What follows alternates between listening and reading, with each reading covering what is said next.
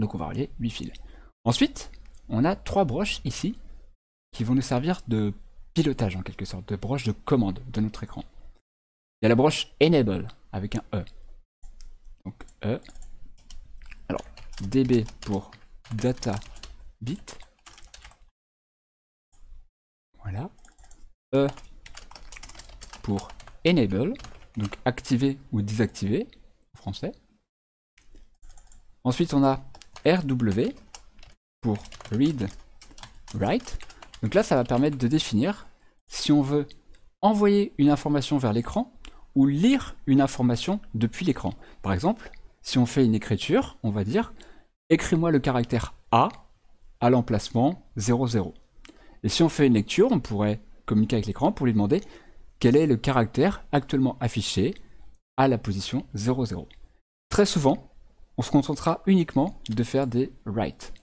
Très souvent, on se contente juste de faire des écritures vers l'écran, puisqu'étant donné qu'on est les seuls à communiquer avec, a priori, à tout moment, on sait ce qu'on a fait avant, donc on sait dans quel état est l'écran. Et enfin, il reste une broche qui s'appelle RS pour Register Select. Register Select. Alors, qu'est-ce que c'est que ça? Dans votre écran, il y a une petite puce électronique. Il y a un petit composant électronique qui va servir un peu de cerveau à votre écran. Ce cerveau, il va servir à déterminer qu'est-ce qu'on affiche à quel endroit. Et pour ça, il faut le paramétrer. Donc, à l'intérieur, ce petit cerveau, il possède plein de petites cases mémoire. Ces cases mémoire, on appelle ça des registres. En anglais, register. On appelle ça des registres. Et chaque registre permet de définir une fonction particulière de l'écran.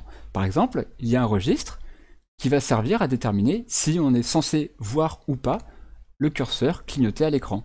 Donc si dans le registre, admettons, c'est le registre 10, si dans le registre 10, j'écris 1, ça voudra dire que le curseur doit clignoter, et si dans le registre 10, j'écris 0, ça veut dire que le curseur sur l'écran ne doit pas clignoter. Et donc, avec la fonction register select, ça va nous permettre de dire si, lorsqu'on est en train d'écrire des informations sur les broches DB0 à DB7, lorsque je suis en train d'envoyer un octet, est-ce que cet octet, il sert à définir la position d'un registre? Est-ce qu'il sert à sélectionner un registre? Ou est-ce qu'il sert à écrire une donnée dans le registre? Donc si register select, il est à l'état O, l'octet ici va sélectionner le registre. Si on écrit 10, ça veut dire sélectionne le registre 10, et la fois suivante, register select, on va le mettre à 0, et on écrira un octet qui prendra la place du précédent dans le registre 10. Donc si on écrit ensuite 42, on aura le registre 10 qui vaudra la valeur 42.